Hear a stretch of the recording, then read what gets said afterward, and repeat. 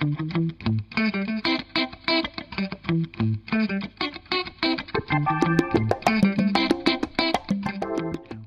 to Cyber Sentries from Paladin Cloud on True Story FM. I'm your host, John Richards. Here we explore the transformative potential of AI for cloud security. As a special treat for this episode, we have a guest host. Dan Deeney, CEO and co-founder of Paladin Cloud, sits down with Mike Crowe, retired CIO at Colgate-Palmolive. From artificial intelligence to integrating security and DevOps teams, they discuss the top cybersecurity trends you need to know. Let's dive in with Dan and Mike. I'm Daniel Deeney, CEO of Paladin Cloud. I'm super excited to have Mike Crowe here to join the discussion. Today, we'll be discussing top cybersecurity trends and strategies. Mike, let me turn it over to you for an introduction.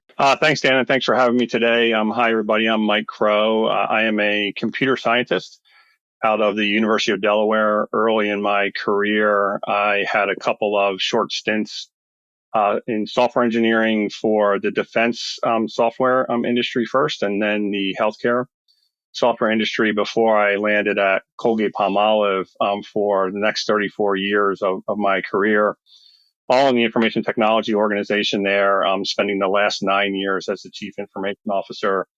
I retired from my role at Colgate at the end of 2022, and post-retirement, spending some time raising funds for critical pediatric cancer research, as well as I'm a board member or advisor for roughly about half a dozen tech startups, as well as a couple of investment firms. Love the diverse background. All right, let's jump right in. So first key trend I think would be good to talk about for the audience would be, how do you really see the overall threat landscape sort of evolving? Well, I think the threat landscape is growing ever more complex for multiple reasons. First, as all companies continue along the path of their digital transformation, their digital landscapes are expanding very broadly. We're seeing an explosive number of SaaS applications that people are using. We're seeing companies do more of their own organic software development in the cloud, and that's leveraging open source microservices and open APIs. So the risk surface is really expanding dramatically. We've got more digital moving parts that people need to be concerned about and protect. We've got a heavily increasing number of applications and a heavily increasing number of identities. I think the second reason it's growing quite complex is the geopolitical instability that we're seeing around the world. With all of that unrest, we're seeing nation states take advantage of an ever increasing number of identified vulnerabilities.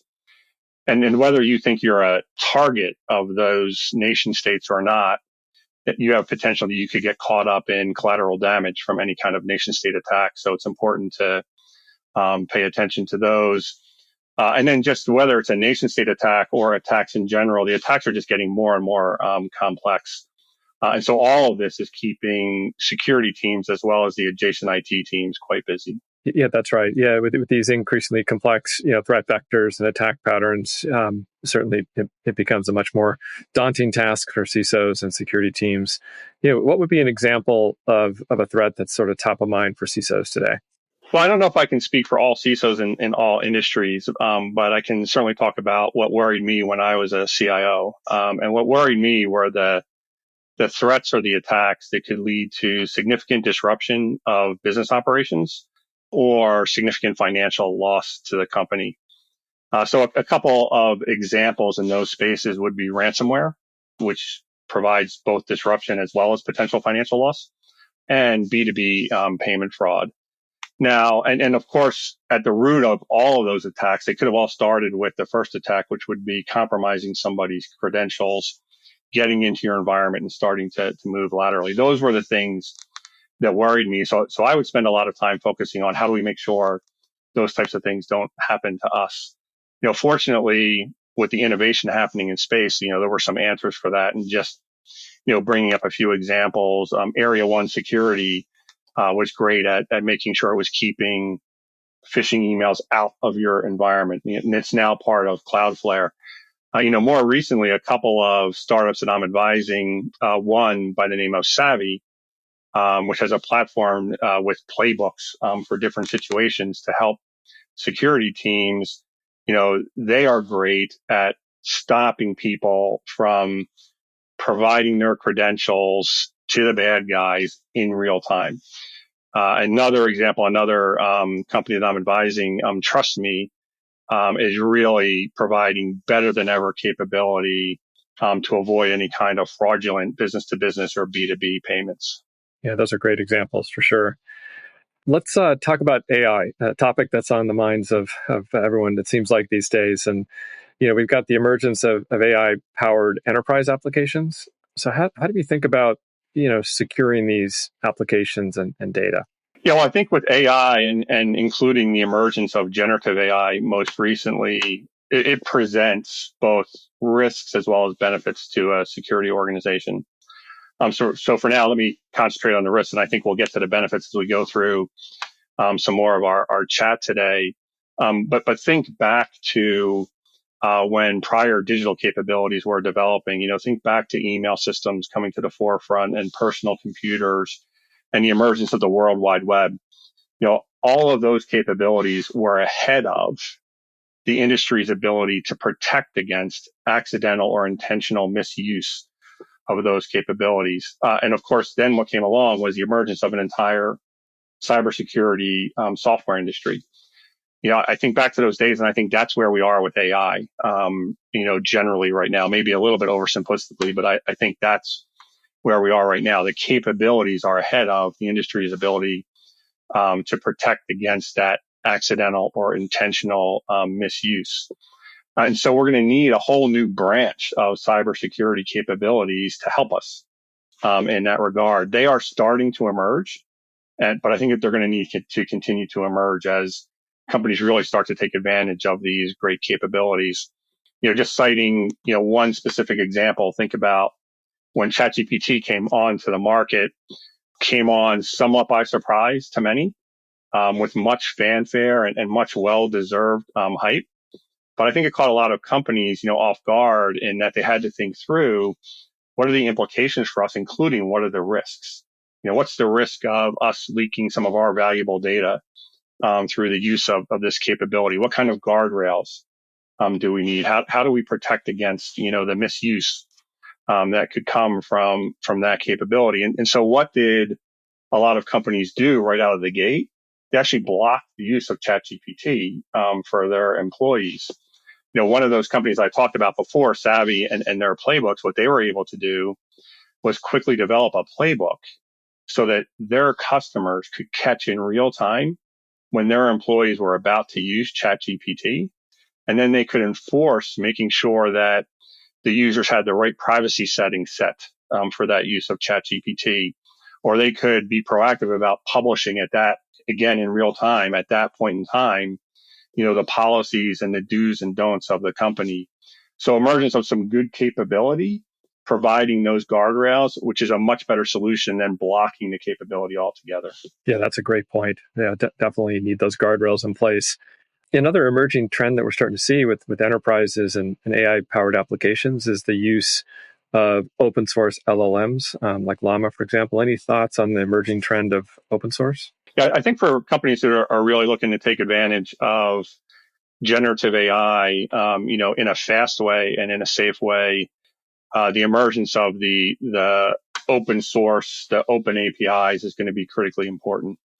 As I mentioned before, right, companies have a lot of valuable proprietary data at their disposal that they don't want to just release, right? So they don't want that to be exposed by use of proprietary LLMs, that you would see from OpenAI or from Google or from others. Rather, they want to be able to create their own private LLM for that valuable proprietary data that they have, making sure that they're protecting that data while then also leveraging, the open APIs to the functionality, right, to the algorithms to then be able to produce valuable generative AI applications for both internal and external use. The internal use for helping internal employees with their jobs, with their productivity, and the external use being able to provide, new products and services that they haven't been able to provide before using generative AI to their customers. That makes sense. You're all great points for sure. We'll keep monitoring that trend. So let's kind of shift gears. I mean, one of the key trends that we're starting to see, with the increasing threat landscape, is that enterprises are looking to kind of beef up their defenses and kind of overall posture. When you sort of think about kind of the full stack applications, data security, cloud security, what are some of the key trends and strategies there? Well, I think most CISOs, if not all CISOs, have for a long time been adding a large array of best of breed capability into their cybersecurity arsenal. And I think that's appropriate. If there's any area today that deserves best of breed deployment, it is cybersecurity. And that's a reflection of the importance. There's just too much at stake. It's a reflection of the complexity, in that particular area. And to your point, right, the complexity continues to grow for the reasons that we talked about before. So more and more solutions are needed. With that said, deploying all of those different solutions adds complexity for the security team. So I think one thing CISOs are always looking for is how can I simplify? How can I simplify the landscape? But it needs to be simplification without giving up capability, right? Simplification while you're also advancing the capability and moving the needle forward. So you could get that simplification from consolidation of capabilities within the industry. But I think more likely today, this simplification is coming from additional solutions introduced into the environment that integrate well with the solutions that are already in place and correlate the data and the signals across all of those existing solutions. And to that point, when you sort of think about, the different signals and alerts, one of the trends that we're starting to see is risk-based, prioritization kind of across tools. Any thoughts on that trend? Well, I think with a lot of what we've talked about so far, Dan, the bottom line here is that security teams are busier than ever before, and they were too busy to begin with. I think that aspect of prioritization is absolutely key for them, and automation behind the prioritization as well.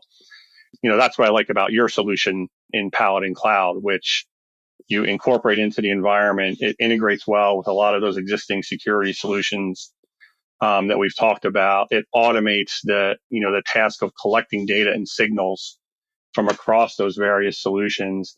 It automates using generative AI risk-based scoring to then give CISOs and their security teams real-time insights on the risks that exist, but more importantly, the priorities that they should be going after. What should they be working on first, second, third? What are the things that could wait because maybe there's some mitigating controls in place?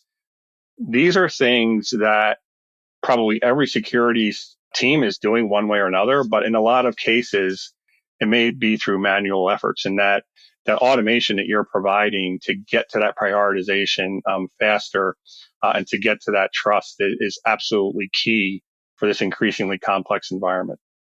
Well, yeah, when you kind of shift gears to kind of remediation, if you kind of think about, okay, let's figure out the best way to prioritize, and then, how do we drive remediation in an efficient way? And automation comes to mind, workflow and processes. And in many cases, with global organizations or enterprises, you may have a decentralized kind of org structure and different levels and tiers. So how do you see sort of, that remediation process evolving, and kind of what's the role of automation there? It's a really good follow-on question to, the previous topic as well. And I think for all the same reasons, automated remediation and automation in general is critically important. Now, it could be in the past that CISOs or some security teams, may have been reluctant to let automated remediation just happen. I do think that is likely changing for a couple of reasons. One, again, for all the reasons that we talked about, I think it's just becoming absolutely necessary.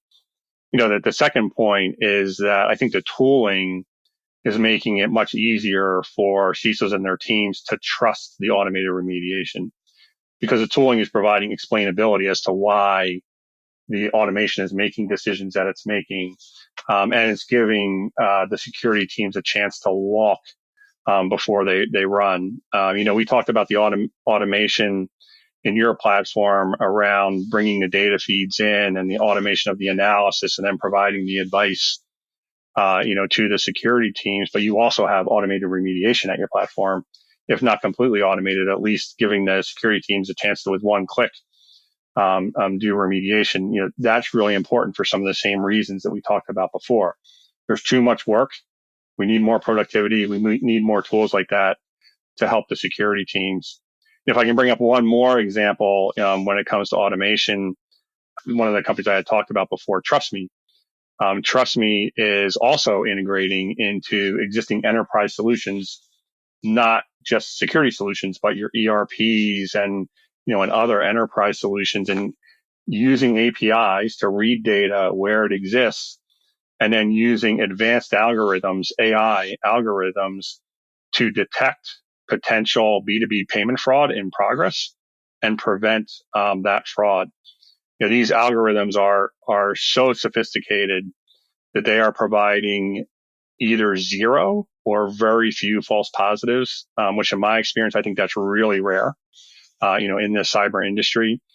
So very powerful algorithms providing better protection against B2B payment fraud than ever seen before. And again, similar to comments before, companies may be handling that B2B payment fraud through manual processes today. What this automation from TrustMe does is it makes that prevention more foolproof, and then also provides productivity back to, in this case, the financial organization. Yeah, that's a great example for sure. One of the things that we're starting to see is the emergence of ticketing systems playing a key role, especially with DevOps teams. So we're starting to see, Jira, instances, Jira projects, and any thoughts around how do you streamline through like a tool like a Jira, your workflow and automation there with different teams that are in different geos? Yeah, I think that's really important. Right? If you think about most large companies, they're going to be geographically dispersed. Even within a single country, they're going to be between different facilities. But then when you get to large multinational companies, you've got people all around the world, and that can even include parts of the security team, parts of the IT team, and so on. And, I think that when it comes to addressing a threat, an attack, an incident, it's never contained just inside the security team. The actions are never contained just inside the security team. There's a lot of communication that has to go on between teams, between the security team and other parts of IT, as well as teams in the greater enterprise.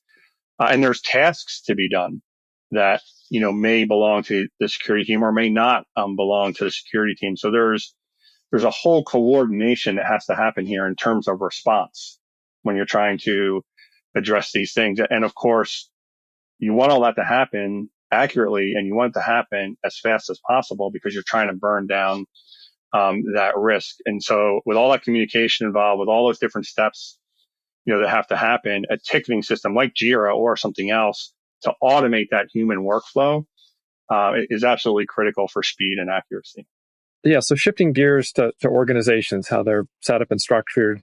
We hear from CISOs that, hey, look, we've got a DevOps team that focuses on remediation and fixing things, and the CISO security group generally, identifies and tries to prioritize, and we use different tools and dashboards, whether it's application security, data security, cloud security, vulnerability management, right? Lots of different tools and platforms, lots of different lists and priorities.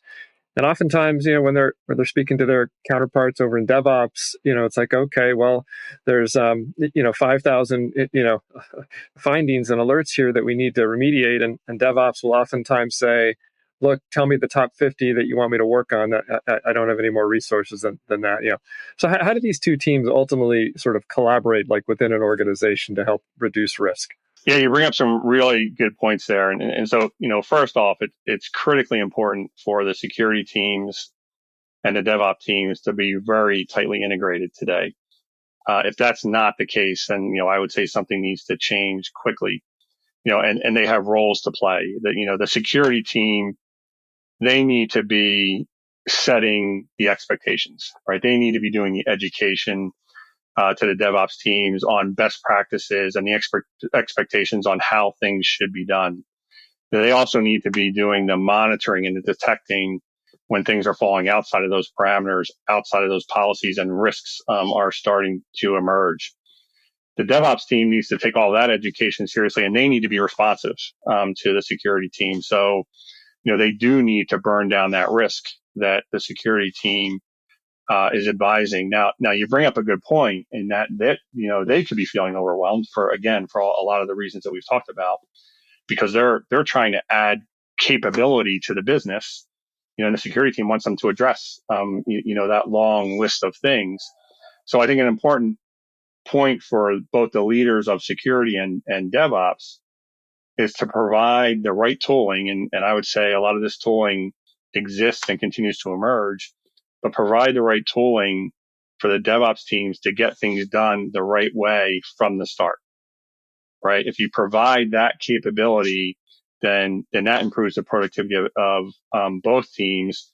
And there's less of that chasing things after the fact, right? Less of that long list of things to attack after the fact. It's easier said than done. But I think these are key things. And, the final thing that I would add about the two teams working together is you need empathy created on both sides of that equation. And I think a good way to create that empathy between the two teams is cross-functional assignments. Take some of your DevOps people and put them on a security team for some period of time. Take some of your security people and put them on the DevOps team for some point of time. That really is a great way of each side gaining that empathy for what the others are up against. Love that idea. Great idea on cross-functional teams and really generating empathy for sure. I mean, one of the trends that's still early that we see is the emergence of kind of a hybrid bridge team, like a DevSecOps type team. So do you think we'll start to see that role sort of expand and grow in organizations? I think we will see it grow. I do think we'll accelerate that. It's always a tough choice to make when you're talking about making organizational changes, and is it necessary to make the organizational change or just have the teams work together? Of course, I've talked about the importance of the teams working tightly together. But one way to do that is through, some organizational consolidation as well. I think in any event, whichever way you go after it, I don't think there's a right or wrong in terms of the approach, as long as you keep the objective in mind, right? And again, I would come back to, I think the objective you need to keep in mind is that you're trying to improve the efficiency and that productivity of both teams. And you're trying to get to where things are being done right the first time, rather than having to react with remediation after the fact. Yeah, that's a great point. Oftentimes you kind of see this tug of war where security is focused on risk. DevOps, might be more aligned, let's say, with the business unit, and servicing and supporting customers, keeping operations, keeping uptime on platforms. And then a lot of times a security issue that requires remediation will impact let's say the uptime, on a web platform, and and if there's a risk like a port open to the public or something, that it's like, okay, well, do we take down our application for a period of time, or do we push it to a maintenance window? How do we balance risk versus business continuity and supporting customer revenue generating platforms? So that there's always that sort of that trade-off. Yeah, all great examples. Well, look, I mean, we've covered a lot of material today. It would be great to sort of get your final thoughts overall and any key trends and strategies we haven't talked about or discussed, and as we kind of wrap up in the next few minutes. Yeah, maybe one thing I'll just close with is something that I talk about often. We've talked a lot about different aspects of cyber security here today, and in my time as a CIO, I studied a lot of breaches across companies and across industries. And one common thread that I always latched onto through all of those studies was that companies often got burned by what they didn't know. They thought they knew everything. They thought they had all the right things in place, but they got burned by something that they didn't know.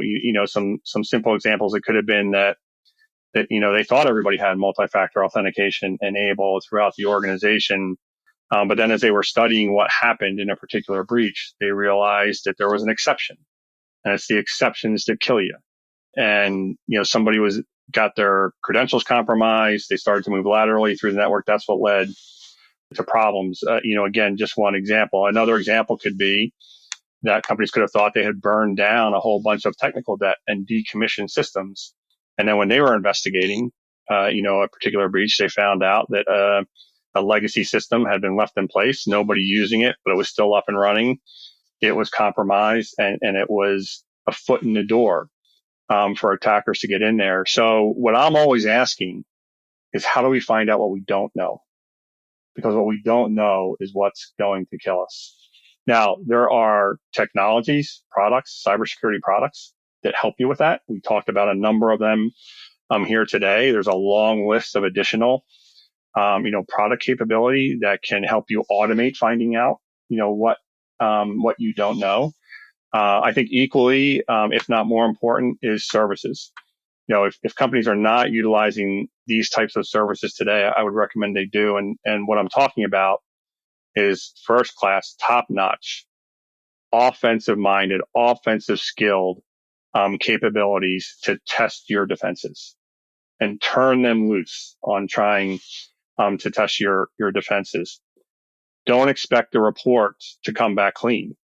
If that report comes back clean, I would say you probably need to go find another top-notch firm to redo those tests of your defenses. And don't be afraid to see that report when it comes back. It could be a long list of things, and you could be quite surprised at what you're finding out by going through that exercise, by finding the things that you don't know. It doesn't matter if that's a long list of things, right? What matters is the objective of the exercise was for you to find out what you don't know, so that then you can systematically prioritize the hottest things to go after and burn down that risk all the way until you got it all whittled away, because you want to address those things you don't know before somebody else finds out what you don't know. The bad guys find out what you don't know and use that to attack your environment. Wow, great words of wisdom there, Mike, for sure. Appreciate that perspective and advice and guidance. Look, as we wrap up here, really wanted to thank you for sharing your insights and perspective, Mike, and your experience. So thank you so much for taking the time. My pleasure, Dan. Thanks again for having me.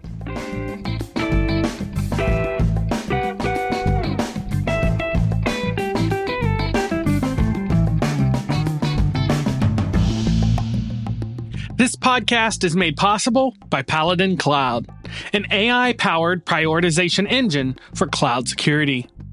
DevOps and security teams often struggle under the massive amount of notifications they receive.